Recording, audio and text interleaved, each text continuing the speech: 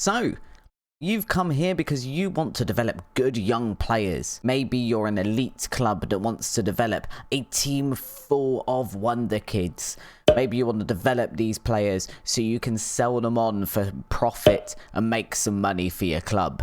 Maybe you're managing a smaller club that don't even have the money to begin with to buy those first team ready players you need to win the league. So you're just having to rely on player development. Whatever your reason, I am here with my top 5 tips for developing your young players in FM22. So, tip number 1, make a board request to improve your facilities. Now you can do that really simply by heading over here to the finances tab on the left, and then you're gonna find make a board request over here right under your scouting budgets and your wage budgets. If you have a quick click on this make a board request button and go under facilities, you can request with the board to improve your training facilities and improve your youth facilities. Now training's obviously for your overall first team, youth facilities is for anything to do with your youth team. And when you press these,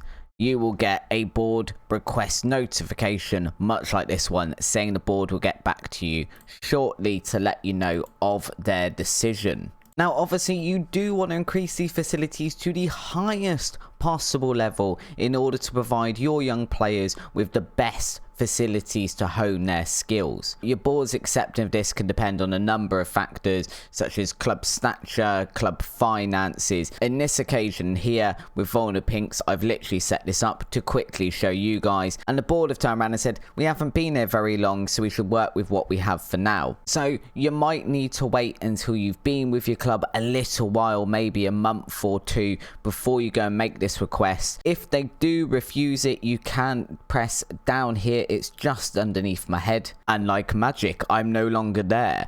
There's a discuss with board button just underneath that one down in the bottom right, and if you do press that one, you will have a chance to appeal to the board, and you can kind of go, hey, I think we should improve our training facilities, it will help us attract better players, or just keep up to certain standards. In this situation, they are just telling me to go away and get lost, because I've been here for a grand sum total of 5.5 seconds, and they're not willing to invest any money in me until they know I'm the right manager for the job. Obviously, you're unlikely to obtain state-of-the-art facilities at certain clubs. This club is Wonderkids, who are in the Belarusian 2nd league. They're not going to have state-of-the-art facilities. Equally, you're probably never going to get those state-of-the-art facilities at a League 2 club in England. Whereas, if you start at a big club like Chelsea, you'll probably find either they got the money to invest in this, or maybe they even already have those state-of-the-art training and youth facilities. Your board isn't always going to be keen on the idea of ploughing money into these improvements, but it is definitely worth appealing to them. So if you can't improve these facilities straight away, make a note to come back a couple of months later and make another board request. You want to improve these facilities as much and as quickly as possible. As a complete side note to this as well, if you aren't sure of the level of your facilities at your club, you can find this information over here. So you go into the club info tab and then facilities, and you can see here with Chelsea we have got state-of-the-art training facilities and state-of-the-art youth facilities, which is perfect for developing your youth players. And while we're on the subject of developing things, I'd love to develop this YouTube channel to become a little bigger. So if you do enjoy the content today and find some value in it, please do drop a like down below. It helps with the YouTube algorithm and it'll get some other people to see this video. And if you have enjoyed your stay here, why not subscribe? We don't just do stuff like this. At the moment, I have a series that is in a non-league to legend style, where we're attempting to go from non-league football management to winning the Champions League. We're currently playing a save with our second club, which is Nottingham Forest, in the Championship, and trying to get them promoted up to the Premiership. If that sounds like something you'd enjoy, why not subscribe? Come over and join me. Tip number 2, having good coaches. Obviously, just having the best youth facilities and training facilities isn't enough. If you've got poor coaches at your club, or even worse, gaps in your staffing, then your young players are just going to be wandering around your super expensive training ground just praying for someone to teach them how to play football. You can get a quick idea of how good your coaches might be by coming over here. So that's in the staffing tab, and you get this lovely little graph here that Football Manager gives you, which kind of tells you whereabouts your staffing is in the league. So we can see here at Chelsea, if we're looking at coaches for goalkeeper shot stopping in the first team, we're third in the English Premier Division. But if we're looking at goalkeeper distribution, we are only 8th, so we're still above average but not the best in the league. And you can press down here to see other setups. So looking at the under 23s team for Chelsea, these lovely yellow bars, they are first in everything pretty much apart from tactical, which we're going to ignore. They're the best at everything. And the under 18s, they are pretty good as well, but maybe at your club you're going to need to have a look and improve that. And if you do need to hire new coaches, Football Manager offers you a really quick, easy way of working out what coaches are appropriate for what roles. So you can come over here to the staff search button and you can have a quick look at your search. We're going to clear that one that I was already in the middle of doing. So let's say at Chelsea we needed a coach, and we need them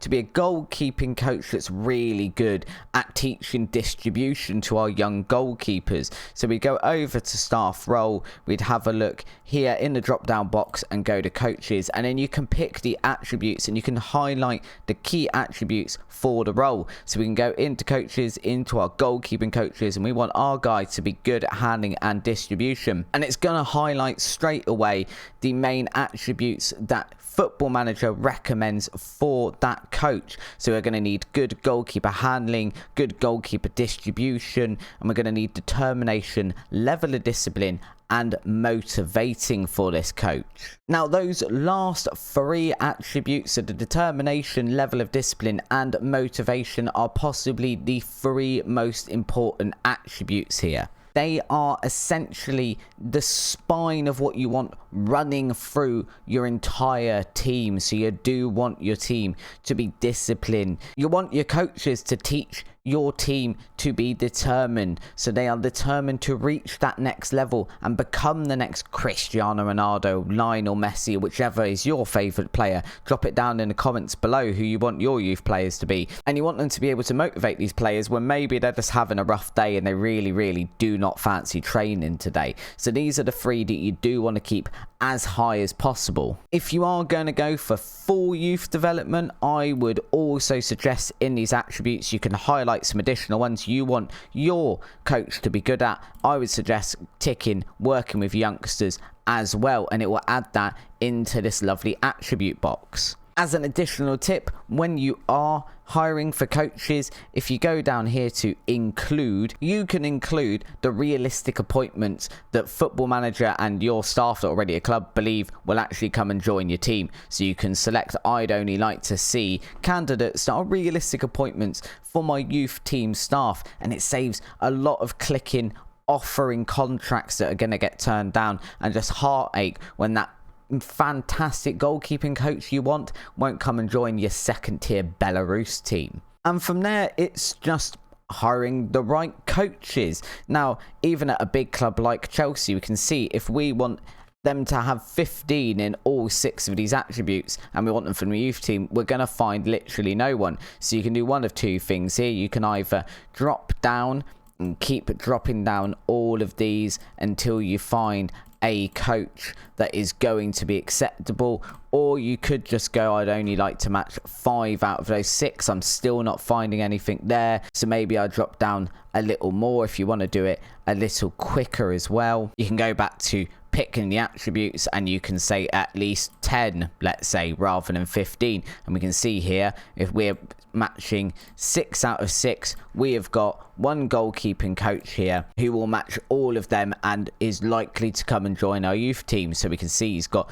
10 in all of his goalkeeping attributes and he's got 13 and 14s for that holy trinity of determination, level of discipline, motivating, and he's also all right at working with youngsters, so maybe you'd want to hire him. I don't know, up to you. It's going to very much depend on the sort of stature of your club. But as you can see, it's really unlikely, even to be honest, if I was filtering for the first team at a big club like Chelsea. So if I reset those ones to 15 and I go realistic appointments for the first team, I've still only got one goalkeeping coach available that is going to fit all of those, so he's pretty good at all of those goalkeeping attributes. He's got at least 15 all of those, 19 for working with youngsters, and he's got over 15 in determination, level of discipline, and motivating. In fact, he seems quite good and we should probably hire him. But you are going to have to fiddle around with those a little bit, and then it is a case of coming over to training, looking at your coaches, editing your coaching assignments, and just trying to get these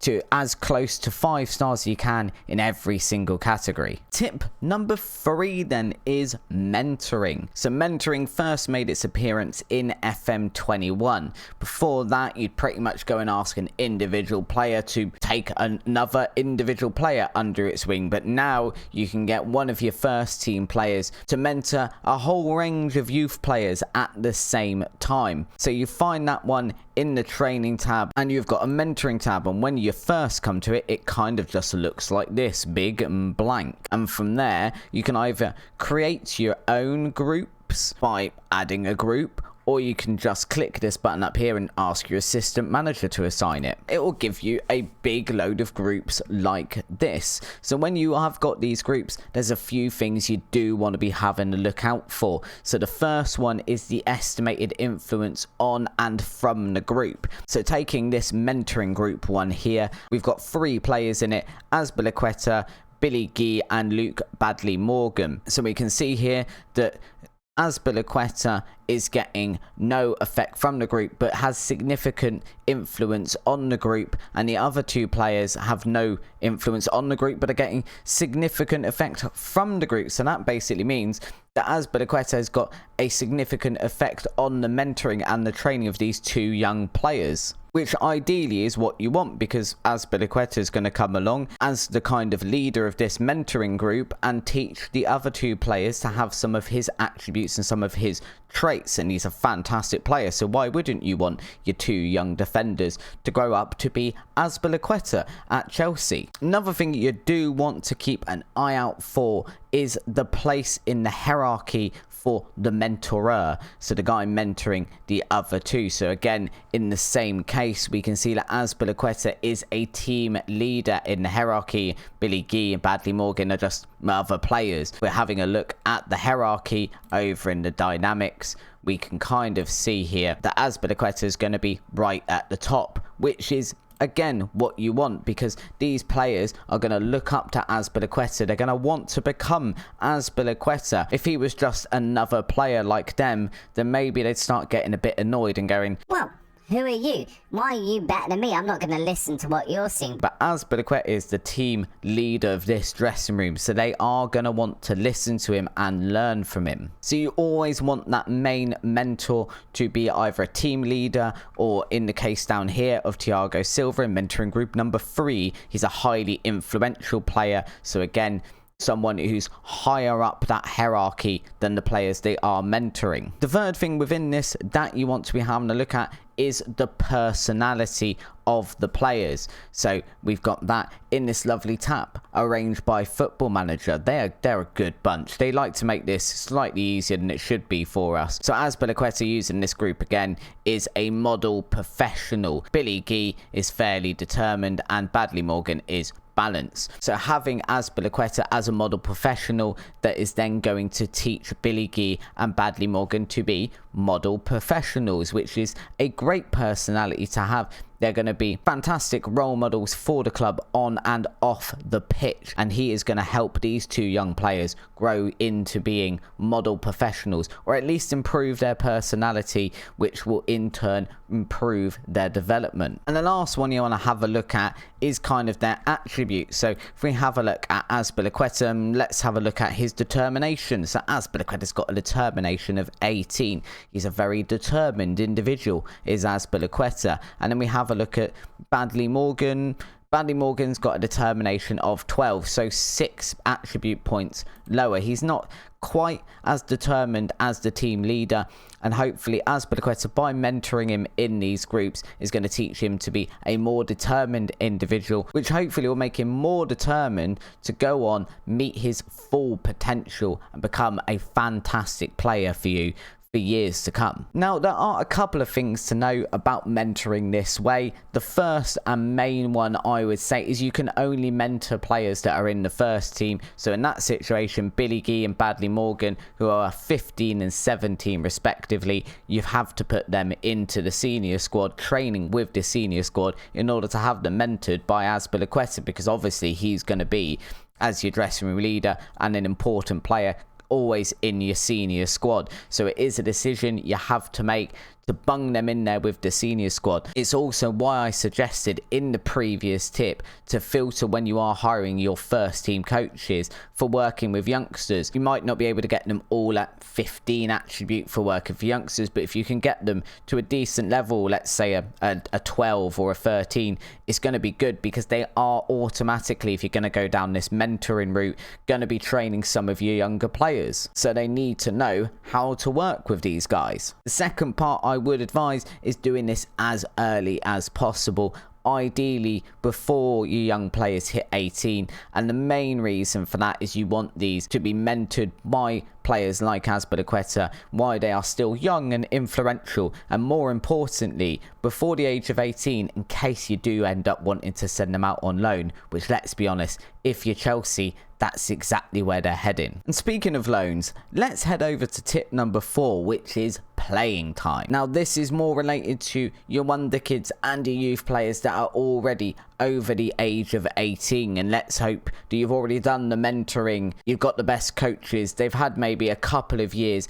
at your club to improve and develop a little bit already, and they're kind of on the brink of the first team. You do want to, in an ideal situation, be playing these guys as much as possible. It could be 15 minutes at the end of a match coming on as a substitute. You could be starting them in unimportant cup games like in the Carabao Cup if you're Chelsea. Maybe the first or the second half against bottom of the table already relegated Norwich. But you want them to be getting as much game time as possible, because there is no substitute for game time regardless of all the training, mentoring and great coaches you might have at the club. Now, obviously, depending what kind of club you're at, it's not always gonna be possible. So there is another way, and that is considering sending them on loan. But if you are going to send them on loan, there are a couple of things to consider, in my opinion, and that is, where are you going to send them? And you've got to consider, if you do send them to a club, let's say in Sky Bet League 2 or the Vanarama North, then they aren't going to have as good a training facilities as your club. If you're Chelsea, you've got state-of-the-art facilities. Unlikely sending them to Bath City that they're going to have as good access to facilities. The coaches probably are going to be a bit subpar as well, at which point is it really worth sending them, or are they going to be better served just staying at your club and getting the occasional minutes and potentially playing a full 90 minutes for the under 23s or the under 18s, depending what you've got at your club. Now, if you're a big enough club, a solution to this could be going and getting yourself an affiliate. So you do that if you haven't already got one. You can request that in much the same way that we did when we went and request improved training facilities, which is going and talking to the board and going, please can we get affiliated with a club so we can send some of our players out on loan there. At Chelsea, they have already got an affiliation with Vitesse in the Eredivisie, which again you can find out by going into club info, and then you've got affiliates and affiliated clubs, and we can see here it says that Chelsea will be able to send players on loan to Vitesse. Note though that they have no obligation to play this player, so it's worth having a look before you send them. So we'll use a couple of players here as an example. Let's say for some absolute bizarre reason we couldn't fit Mason Mount in our team, and we're looking at him and going, he's still got a full star worth of potential to go, and he's definitely not going to be playing at Chelsea this season because we're obscene and we've signed 64 better centre midfielders. we need to send him out on loan. You can just right click on your mouse, and then when it gets to squad, you can move him to an affiliate, and in this situation it will allow us to move into Vitesse, and then it will give you some information about him. You can pick the duration, the position you'd like him played in. So let's say I want him to be a attacking midfielder, as an advanced playmaker, and then it will tell you here at the top that Vitesse proposed that Mount would be a star player in their squad. So this would make good sense to send him if really we could not fit Mason Mount in our squad. He's going to go to Vitesse, who have pretty decent facilities and pretty decent coaches. Maybe not as good as our club, but if we're not playing him, he's going to be a star player. So he's going to be playing in pretty much every game for Vitesse, getting bags and bags and bags of experience under his belt and come back a more developed player, and then we can sell him on like Chelsea do. But if we were to look at the other end of the spectrum, so we're going to take Xavier Simons, who's a ball-winning midfielder at the age of 18. We can't find a space to play him at all this season, not even give him 15 minutes off the bench, so we're going to move him to Vitesse, much like we just looked at with Mason Mount. We have a look at him again, we can choose the position, but the first thing we're going to notice here is that Simons is going to be considered a hot prospect. This is where you've got to decide if it's even worth him going, because he's going to have lesser youth facilities, lesser training facilities. The coaches aren't going to be quite as good, and he's going to be there as a hot prospect, which means he's really not going to be playing that much. And you have to have a look and consider, is it worth even sending him if he's only going to be playing 3 or 4 games a season for Vitesse? Maybe he'd just be better off staying at the club and taking advantage of the facilities that you have here, and he'll probably develop just as much. Tip number 5, and the final tip, would be to take charge of all of the training that you possibly can, starting with every player's individual training. So again, when you go into training, you can just click on individual and you'll get every single player brought up, using Xavier Simons again as a guinea pig because we like picking on him. You can come into here and you can choose first of all what position, role and duty you would like him playing. So we can see, if we're having a look at this, that he is natural as a defensive midfielder and a centre midfielder, but maybe at your club you're having a look round,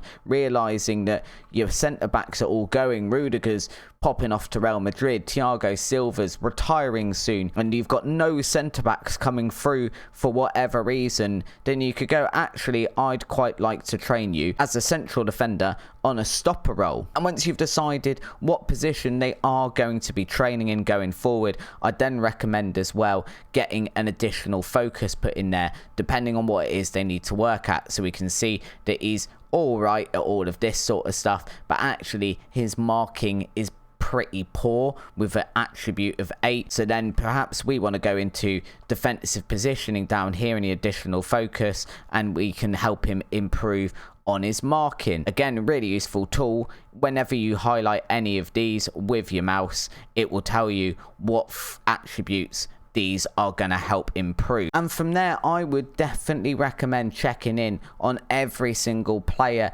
every month or 2 months. You basically just come in here, you can filter it for your senior, under 23 and under 18 squad, filter it by position, whatever you want to do, and just go down through and double check on all of them, and hopefully you see some of those nice green arrows next to some of their attributes, which means that they are improving. If you don't, then you can think about making some changes before it's too late and not have them training in defensive positioning for an entire year before you realize that it's made no difference and you've wasted an entire year of their development. Now, a little tip as well, I am absolutely awful at remembering to check these things. So if you go up to the home page here and you click on notebook, you can create a note for yourself. So I'm going to make this one called youth development, and then the note to myself is going to be check on your youth players. And over here, if I quickly move my head out the way again, you can then set a reminder date as well. So let's say we're on the 5th of July. I'd like to be reminded, please, to check on my youth players on the 1st of August. And if you do want to be reminded more than once, you want to do this on a monthly basis, you can put reminder occurrence for every month. You can confirm that one. And every month, this youth development that's spelt weirdly with a minuscule capital letter and capital minuscule letters will be sent through to your email inbox, where you get your normal in-game emails on the 1st of every month as a little prompt and reminder to go and check on those players, so they're not sitting there in your youth team, in your training facilities, stagnating while you forget them because you're about to win the Premier League. So those would be my 5 top tips for developing your youth players in FM22. Have you got any tips of your own? If you have, drop them down in the comments. Maybe you think I've missed something. Maybe you completely disagree with me and would like to argue with me in the comments, in which case, feel free down below. Either way, if you have enjoyed the video and it's brought some value to you, maybe it's helped you out a little bit, and you're now going to go and build yourself a team of wonder kids that are going to all be wonderfully developed, then please do drop a like below the video. It does really help out. Subscribe to the channel as well, and if you hit the little notification bell, YouTube will let you know every time we upload. You can see some more videos like this. If you do enjoy it, it will let me know to make some more. And we've also got our lovely non-league to legend journeyman being uploaded 3 or 4 times a week currently, so come over and have a look at that. Until next time though guys, thank you very much for watching, and I'll see you again soon. Bye bye.